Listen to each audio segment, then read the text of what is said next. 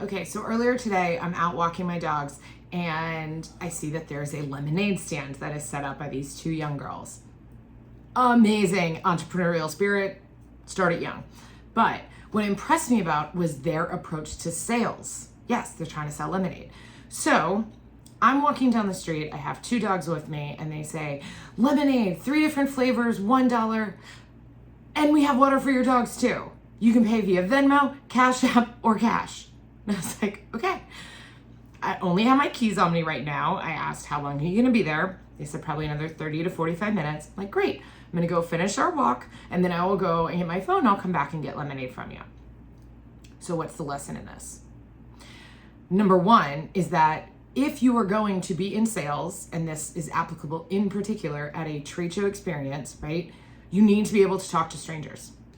It is hard to generate a conversation out of thin air, but if you are stationary and relying on people that walk by, the only way to get them into your trade show booth and therefore help you get the ROI out of that investment you made in the design and the time and actually setting everything up, you have to talk to people. That's just how this works, right? So if it's not something that you are really skilled at doing, get somebody else to represent your company and do that, right? Number one, they did a really great job of stopping strangers. 2, they put their pitch out there. And they said what it is that they have.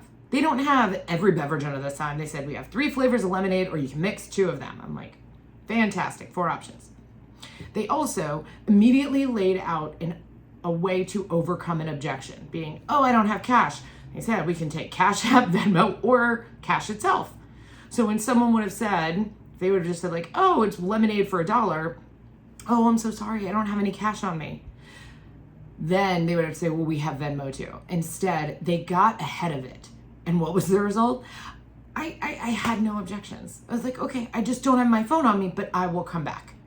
Now, maybe not everybody would have come back, but point being, a lot of people don't carry cash, fine. They got ahead of it, right? They got ahead of it. And even though people said no as they walked past, because that's just kind of par for the course, right? Not everybody wants lemonade, whatever. They kept looking at the next person. They're like, oh, okay, they didn't want it, great, on to the next.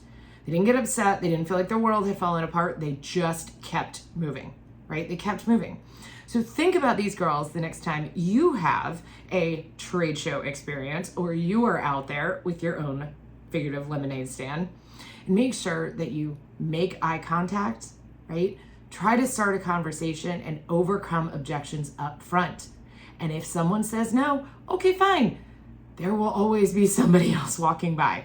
There is plenty of business out there for all of us. It is a matter of finding the right person at the right time with the right message. The more prepared you are from a sales perspective, the better it will be. Cheers.